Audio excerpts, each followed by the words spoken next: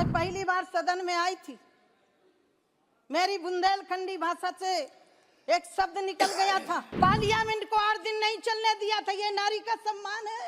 मेरे कारण मेरे प्रधानमंत्री जी को, मेरे कारण वेंकैया नायडू जी को, मेरे कारण मेरे आज के रक्षा मंत्री जी को, मेरे कारण स्वर्गीय सुषमा स्वराज को माफी मांगनी पड़ी थी। अध्यक्ष महोदय, इसके लिए कौन जवाबदेही होगा जब मौत का सौदागर कहा गया प्रधानमंत्री जी को?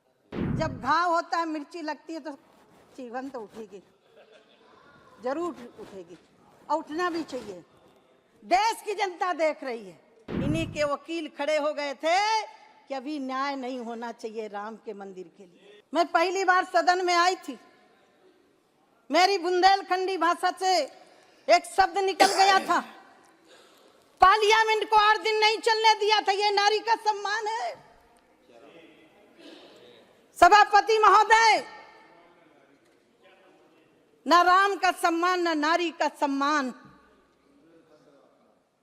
महोदय, मुझे उस दिन बहुत पीड़ा हुई थी। आज मैं प्रधानमंत्री जी का आभार व्यक्त करना चाहती हूँ। मेरे कारण मेरे प्रधानमंत्री जी को, मेरे कारण वेंकैया नायडू जी को, मेरे कारण मेरे आज के रक्षा मंत्री जी को, मेरे कारण स्वर्गीय सुषमा स्वराज को माफी मांगनी पड़ी थी।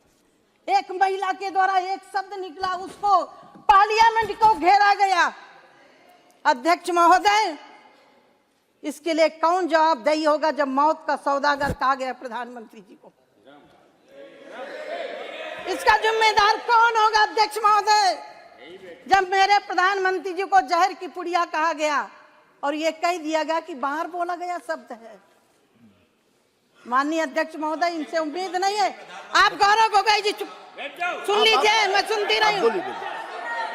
बैठो बैठो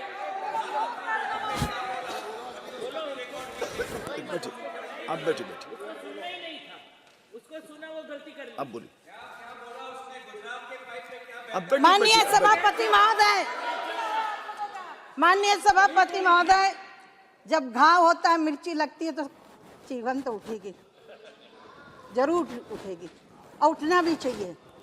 देश की जनता देख रही है कि तुमने राम के साथ क्या किया। कोर्ट में खड़े होकर के 2019 के पहले माननीय अध्यक्ष महोदय, इन्हीं के वकील खड़े हो गए थे कि अभी न्याय नहीं होना चाहिए राम के मंदिर के लिए। क्या बात कर रहे हो? किस मुख से राम की बात कर रहे हो? तुम्हारा अधिकार क्या है राम के विषय पर बात करने का? कोई अधिकार नहीं है। कोर्ट में खड़े होकर के मैं न्यायाधीशों का सम्मान करती हूँ और देश के यशस्वी प्रधानमंत्री जी का भी अभिनंदन करती हूँ और ये कहना चाहती हूँ, राम मिले केवट के विश्वासों पर, राम मिले प्रण के हेतु वनवासों में। ये मेरठ के कवि हरिओम पवार जी की पंक्ति। हाँ, मैं वही बोल रही हूँ। मैं खास तौर से मैं मेरठ से हूँ। बड़े राम, जी जी फिर से सुना देती हूँ। गौरव गोगोई ने भी उन्हीं पंक्तियों को इसीलिए मैंने वो उद्धृत किया जी जी। मैं विशेष रूप से आभारी हूँ कि आपने मेरठ के महान कवि, राष्ट्रीय कवि हैं वो, उनका उल्लेख किया। राम मिले केवट के विश्वासों पर, राम मिले हैं प्रण के हेतु वनवासों में, राम मिले हैं हनुमान के क्या बात है सीने पर, राम मिले सबरी के जूठे बैरों पर। और आखिरी मैंने जोड़ा अध्यक्ष महोदय, राम मंदिर मिला है नरेंद्र मोदी के 56 इंच सीने। माननीय अध्यक्ष महोदय, राम का इतिहास यदि इन्होंने पढ़ा होता तो जो राम को नकार रहे उनको जवाब मिलना चाहिए था। रामायण फाड़ने वालों को जवाब मिलना चाहिए था, लेकिन नहीं दे सकते। अब कहते हैं, हमारे यहाँ कहावत है, यदि छछूंदर सांप निगल लेता है तो ना उगलते बनता है और ना ही निगलते बनता है। वह स्थिति है इनकी। मैं अध्यक्ष महोदय कहना चाहती हूँ, रामचरितमानस पढ़ते तो राम तुम्हें भी बनना होगा। चलो राम के पद चिन्हों पर अब इतिहास। अध्यक्ष महोदय, जब गरीबों की बात कर रहे थे, मैं तो आज अपने विषय पर सीमित रहने वाली थी, लेकिन इन्होंने छेड़ दिया, और जो छेड़ोगे तो हम छोड़ेंगे भी नहीं। अध्यक्ष महोदय, कल मैंने उस हाउस में जवाब दिया है। अध्यक्ष महोदय, यदि इन्होंने गरीबी दूर की होती तो आज 4 करोड़ लोगों को घर देने की हमें जरूरत नहीं पड़ती। वो कौन है? वही है सवरी के लोग, वही है निषाद के लोग, वही है जटायु के लोग, वही है रीछों के लोग, जिनको समाज में मर्यादा पुरुषोत्तम भगवान के पद चिन्हों पर चलने वाले युग पुरुष नरेंद्र मोदी जी ने दिया। माननीय अध्यक्ष महोदय, ये कह रहे हैं गरीबी दूर हो गई। मुझे बड़ा आश्चर्य होता है, गरीबी दी किसने?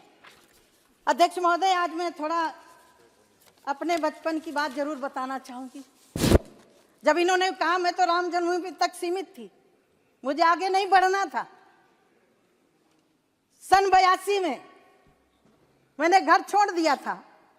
मेरे पिता दूसरों की ईंटें पात के अपने हम लोगों को पालन करते थे। सन्यासी हो गई थी 14 साल की आयु में। श्रीमती स्वर्गीय इंदिरा गांधी जी हमीरपुर जिले में सुमेरपुर ब्लॉक में गई थी।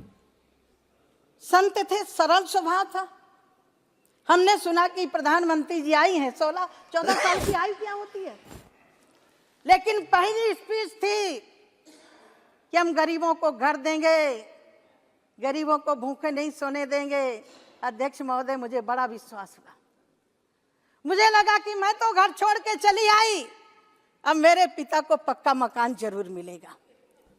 अध्यक्ष महोदय, ये नारा 14 तक चला। और मेरा सौभाग्य अध्यक्ष महोदय, गरीब की बेटी को, गरीबों को घर देने का अधिकार यदि किसी को दिया है तो मुझे दिया है। मेरे सहन से हो रहे हैं। अध्यक्ष महोदय, सूखा पड़ा था मेरे गांव में, नहर की खुदाई हो रही थी। शायद 12 साल की आयु होगी। काम के बदले अनाज की घोषणा की गई थी। मैं भी जाती थी इतनी मिट्टी उठा करके, ज्यादा अनाज मिले। अध्यक्ष महोदय, लाल जुंडी मंगाई गई थी।